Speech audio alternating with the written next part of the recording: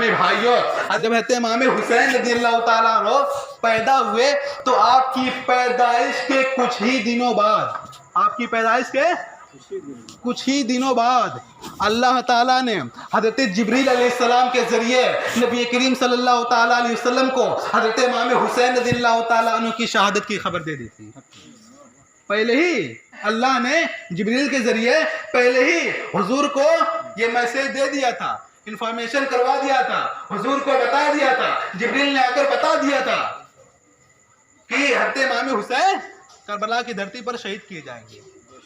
اور حضرت امام حسین کی عمر کی ترقی کے ساتھ ساتھ یہ خبر لوگوں میں مشہور ہوتی چلی گئی، آئیے حدیث شریف کے ذریعے اس واقعہ کو سماعت کرتے ہیں۔ حضرت ام الفضل رضی اللہ تعالی عنہا جب نبی کریم صلی اللہ علیہ وسلم پیدا ہوئے تو حضرت ام الفضل جو ہیں حضرت امام حسین کو حضور صلی اللہ تعالی علیہ وسلم کی گود میں لا کر رکھ دیتی ہیں، حضرت امام حسین کو حضور کی گود میں لا کر رکھ دیتی ہیں۔ اب جب حضور کی گود میں حضرت امام حسین آتے ہیں تو فوراً حضور صلی اللہ تعالیٰ علیہ وسلم کی آنکھوں سے آنسو نکلنے لگتے ہیں، حضور صلی اللہ تعالیٰ علیہ وسلم کی آنکھوں سے آنسو نکلنے لگتے ہیں۔ تو میرے پیارے اسلامی بھائیوں، اب حضرت ام الفضل جب یہ دیکھتی ہیں کہ حضور کی آنکھوں سے آنسو نکل رہے، حالانکہ حضور کو تو خوش ہونا چاہیے، حضور کی آنکھوں میں یہ آنسو کیسا؟ فرما روائے کونین کی آنکھوں میں آنسو کیوں نکل رہے ہیں؟ چنانچہ حضرت ام الفضل کو رہا نہیں گیا، آپ پکار اٹھی، فدا کا بھی و امی یا رسول اللہ، فدا کا بھی و امی یا رسول اللہ، یا رسول اللہ میرے ماں باپ آپ کے قدموں پہ قربان، یا رسول اللہ آپ کے آنکھوں میں آنسو کیسا؟ فرما روائے کونین آقا آپ کے آنکھوں میں آنسو کیسا؟ سید الفصحاء کا آپ کے آنکھوں میں آنسو کیسا؟ اے آقا آپ کی آنکھوں میں آنسو کیوں نکل رہے ہیں؟ تو نبی کریم سید عالم صلی اللہ تعالیٰ علیہ وسلم نے ارشاد فرمایا، کیا ارشاد فرمایا؟ تو حضور نے یہ ارشاد فرمایا کہ اتانی جبرائیل علیہ السلام فاخبرنی ان امتی ستقتل ابنی ھذا قلت ھذا قال نعم واتانی بتربۃ حمراء۔ سمجھا آپ نے؟ آئیے ترجمہ کرتا ہوں، انشاءاللہ آپ کا دل مچل جائے گا۔ حضرت نبی کریم سید عالم صلی اللہ تعالیٰ علیہ وسلم نے حضرت ام الفضل کے سوال پر جواب دیتے ہیں کہ اے ام الفضل اتانی جبرائیل علیہ السلام، جبرائیل علیہ السلام میرے پاس آئے، فاخبرنی اور مجھے خبر کیا، کیا خبر کیا؟ ان امت صدقت ابنی، ان قریب میری امت میرے اس فرزندہ کو شہید کر دے، ان قریب میری ہی امت مسلمان ہی میرے اس بیٹے کو شہید کر دیں گے۔ حاضہ پڑھتو حاضہ، حضرت ام الفضل فرماتی ہے کہ کیا اس کو، کیا حسین کو؟ قال نعم، حضور نے فرمایا ہاں حسین کو۔ واتانی بتربۃ حمراء، ارے جبرائیل نے تو ان کی شہادت گاہ کی سرخ مٹی بھی لائے۔ سبحان اللہ۔ جبرائیل علیہ السلام جہاں پر یہ شہید ہوں گے، جو آج کربلا نام ہے، وہاں کی سرخ مٹی بھی لائے ہیں۔ شہادت پا کے ہستی زندہ و جاوید ہوتی ہے، یہ رنگین صاب صبح عید کی تمہید ہوتی ہے۔ شہادت آخری منزل ہے انسانی سعادت کی، اور خوش قسمت ہے مل جائے جنہیں دولت سعادت کی، خوش قسمت ہے مل جائے جنہیں دولت سعادت کی۔ میرے پیارے اسلامی بھائیوں، حضرت امام حسین رضی اللہ تعالیٰ عنہ کو بچپن ہی میں معلوم ہو گیا تھا کہ مجھے جام شہادت نوش کرنا ہے، بے شک۔ مگر کبھی بھی آپ اس خوف سے پریشان نہیں ہوئے، کبھی بھی آپ رنجیدہ نہیں ہوئے، بلکہ ہر آنے والی گھڑی کا خندہ پیشانی کے ساتھ استقبال کرتے رہے، یہاں تک کہ وہ وقت بھی آیا۔ آپ کو میں کربلا کی طرف لے کے چل رہا ہوں، ذرا توجہ دیجیے گا۔ یہاں تک کہ وہ وقت بھی آیا کہ سن 60 ہجری میں حضرت امیر معاویہ رضی اللہ تعالی عنہ کا انتقال ہو گیا۔ تو جب چونکہ اس وقت حکومت کی کرسی ہے امیر معاویہ سنبھال رہے تھے، تو جب آپ کا انتقال ہو گیا تو آپ کی جگہ کوئی نہ کوئی تو تخت حکومت پہ تو بیٹھے گا ہی. تو جب آپ حضرت امیر معاویہ کا سن 60 ہجری میں انتقال ہو گیا تو آپ کی جگہ آپ کا بیٹا یزید تخت حکومت پر بیٹھا. آپ کا بیٹا یزید، تھوڑا دھیان سے سنیے گا، آپ کا بیٹا یزید تخت حکومت پر بیٹھا، اور یزید حکومت کی کرسی سنبھالتے ہی بیعت کا پروانہ جاری کر دیا. یزید حکومت کی کرسی سنبھالتے ہی بیعت کا پروانہ جاری کر دیا. یہ بات میں اس دن بھی بتایا تھا کہ یزید شرابی تھا، بے نمازی تھا، زناکاری تھا. تو ایسا کیسے ہو سکتا تھا کہ حضرت امام حسین اس کے ہاتھ پہ بیعت کر لیتے؟ تو حضرت امام حسین نے اس یزید پلید کے ہاتھ پر بیعت کرنے سے انکار کر دیا. حضرت امام حسین اگر اس یزید پلید کے ہاتھ پر بیعت کر لیتے تو دین کا ڈھانچہ لڑکھڑا جاتا. اس لیے حضرت امام حسین نے یزید کے ہاتھ پر بیعت کرنے سے انکار کر دیا. حضرت امام حسین رضی اللہ تعالیٰ عنہ انکار پہ انکار کرتے رہے اور یزید اور اس کے نمائندے اصرار پہ اصرار کرتے رہے. میرے پیارے اسلامی بھائیو، انکار و اصرار کی کشمکش نے جنگ کی صورت اختیار کر لی. جب انکار و اصرار کی کشمکش نے جنگ کی صورت اختیار کر لی تو حضرت امام حسین رضی اللہ تعالیٰ عنہ مکہ میں رہنا مناسب نہیں سمجھا. مکہ میں رہنا نہیں سمجھا، اس لیے آپ وہاں سے روانگی کر لی. تو میرے پیارے اسلامی بھائیوں، میں یہ بتانا چاہتا ہوں کہ ذرا آپ صاحب دل ہے، ذرا تصورات کی منزل پر قدم رکھ کر اندازہ لگائیے کہ حضرت امام حسین رضی اللہ تعالیٰ عنہ کے اوپر اس وقت کیا بیتی ہوگی جب آپ مکہ سے کہاں گئے؟ مدینہ کی طرف. اکیلے نہیں گئے، اپنے تمام ساتھیوں کے ساتھ، اپنے رشتہ داروں کے ساتھ، اپنی فیملی کے ساتھ. مدینہ سے کہاں گئے؟ مکہ. اب صاحب دل ہیں، ذرا تصورات کی منزل میں قدم رکھ کر اندازہ لگائیے کہ حضرت امام حسین رضی اللہ تعالیٰ عنہ، ذرا دل پر ہاتھ رکھیے، بات سنیے گا کہ حضرت امام حسین رضی اللہ تعالیٰ عنہ اپنی جائے پیدائش یعنی پیدائش کی جگہ کو چھوڑتے وقت اور اپنے نانا جان کی جوار رحمت کو چھوڑتے وقت آپ پر کیا بیتی ہوگی؟ آپ اپنی ماں کی آخری آرام گاہ سے دوری کا لمحہ کتنا افسوسناک رہا ہوگا، اپنے بڑے بھائی کی قبر انور کی دوری کتنی شاق گزری ہوگی، اپنے رشتہ داروں کی بے پناہ چاہتوں کا بچھڑنے کا غم کتنا شدید رہا ہوگا. آپ اپنے نازک دل پر ان تمام غموں کا بوجھ لے کر آپ مکہ مکرمہ میں پہنچے. جیسے ہی مکہ میں پہنچے سارا مکہ مسرتوں کے سمندر میں ڈوب گیا تھا. سارے مکہ کے لوگ خوش ہو گئے تھے کہ حضرت امام حسین آ گئے ہیں، حضرت امام حسین آ گئے ہیں. لیکن ابھی حضرت امام حسین رضی اللہ تعالیٰ عنہ زیادہ دنوں تک وہاں پر قیام نہیں کر پائے تھے کہ یزیدی کارندوں کے وہاں پر بھی خطوط آنے لگے، وہاں پر بھی آپ سے بیعت کے لیے مطالبہ ہونے لگا.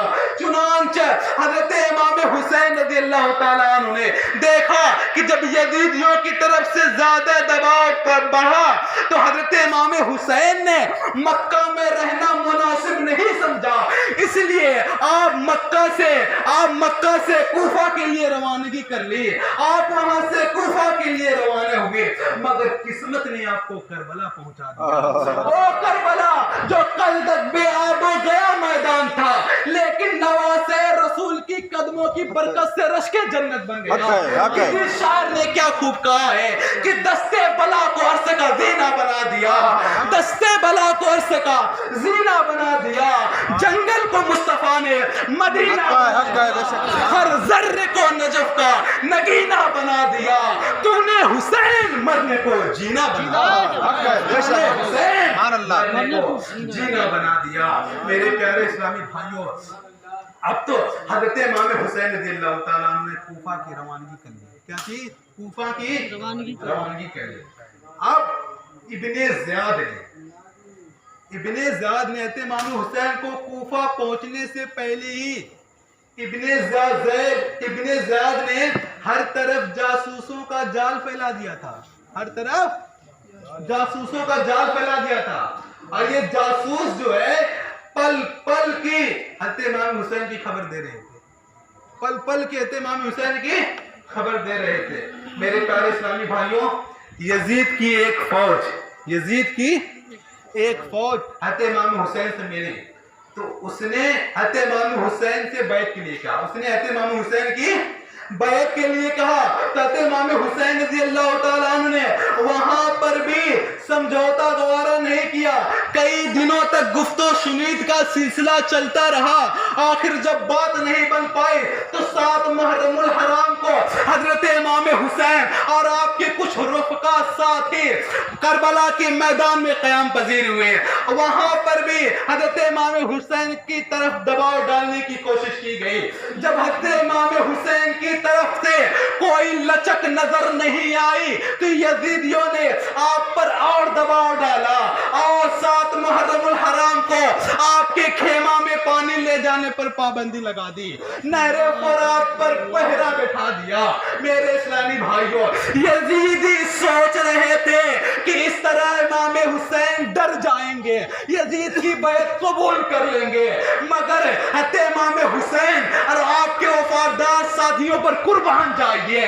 ان کا نظریہ یہ تھا، حضرت امام حسین اور آپ کے ساتھیوں کا نظریہ یہ تھا، چاہے پانی ملے نہ ملے قربان جائیے امام حسین اور آپ کے وفادار ساتھیوں پر، کہ آپ کے وفادار ساتھی لوگ ذرہ برابر بھی شریعت سے ہٹنے کے لیے تیار نہیں تھے، بلکہ کردار و عمل سے دنیا والوں کو یہ پیغام دے رہے تھے کہ غلامان محمد جان دینے سے نہیں ڈرتے، یہ سر رہ جائے یا کٹ جائے کچھ پرواہ نہیں۔ نعرہ تکبیر، نعرہ تکبیر، نعرہ رسالت، نعرہ رسالت، ذکر حسین، یا حسین، یا حسین۔ میرے پیارے اسلامی بھائیوں، حضرت امام حسین رضی اللہ تعالیٰ عنہ کی طرف سے یزیدیوں نے دیکھا کہ کچھ فرق ہی نہیں پڑ رہا ہے، پانی بھی بند کر دیا گیا، کوئی جب لچک نظر نہیں آئی، حضرت امام حسین کی طرف سے کوئی کمزوری نظر نہیں آئی، پانی بھی بند کر دیا گیا، پھر بھی حضرت امام حسین نہیں ڈرے، آپ کے وفادار ساتھی بھی نہیں ڈرے، تو یزیدیوں نے دیکھا کہ حضرت امام حسین تو کچھ پلے ہی نہیں پڑ رہا ہے، ان کو کچھ فرق ہی نہیں پڑ رہا ہے۔ تو میرے پیارے اسلامی بھائیوں، میں بتانا یہ چاہتا ہوں کہ یزیدیوں نے آپ پر اور زیادہ سختی کر دی، یزیدیوں نے آپ پر اور زیادہ سختی کر دی۔ 7 محرم الحرام کو آپ کی خیمہ پر پانی لے جانے پر پابندی لگا دی، نہر فرات پر پہرا بٹھا دیا۔ ذرا آپ صاحب دل ہے، تصور کریں کہ حضرت امام حسین اور آپ کے وفادار ساتھی 1 مہینہ سے سفر میں تھے، 1 مہینہ سے سفر میں تھے، اور کھانا تو پہلے ہی ختم ہو چکا تھا، اب پانی بھی بند کر دیا گیا۔ اللہ اکبر۔ حضرت امام حسین کے وفادار ساتھی بھوکے پیاسے اور 1 مہینہ کی تھکاوٹ کی بوجھ اپنے دلوں پر لیے ہوئے تھے، مگر حضرت امام حسین اور یزیدی لوگ کیا سوچ رہے تھے کہ امام حسین پر پابندی لگا دیا جائے پانی کی تو شاید امام حسین اپنے بال بچوں کی بھوک پیاس سے مجبور ہو کر یزید کی بیعت قبول کر لیں گے، مگر قربان جائیے حضرت امام حسین اور آپ کے وفادار ساتھیوں پر، کہ آپ کے وفادار ساتھی لوگ کھلے میں کھلا یہ اعلان کر دیے کہ مرد حق باطل کے آگے مات کھا سکتے نہیں، سر کٹا سکتے ہیں لیکن سر جھکا نہیں سکتے۔ سبحان اللہ، بے شک بہت عمدہ۔ میرے پیارے اسلامی بھائیوں، میں بہت تیزی سے جا رہا ہوں کربلا کی طرف، چونکہ وقت بہت مختصر رہ گیا ہے۔ اب یہاں تک کہ ایک دم شارٹ میں کر دے رہا ہوں کہ چلو 10 محرم الحرام ہے، کیا چیز محرم الحرام کی 10 تاریخ آ گئی، انشاءاللہ کبھی تفصیلی موقع ملا تو بیان ہوگا۔ تو اب ہم کربلا میں سمجھ لو پہنچ گئے، 10 محرم کی تاریخ آ گئی، حضرت امام حسین رضی اللہ تعالیٰ عنہ نے یزیدیوں نے جنگ کا اعلان کر دیا، کہا کہ ٹھیک ہے جب آپ نہیں بیعت کریں گے، ان لوگوں نے پانی بند کیا پھر بھی کام نہیں چلا، تو آخر یہ لوگ یزیدی لوگ ایک دم آخری مرحلے پر آ گئے، چلو جنگ کیجئے،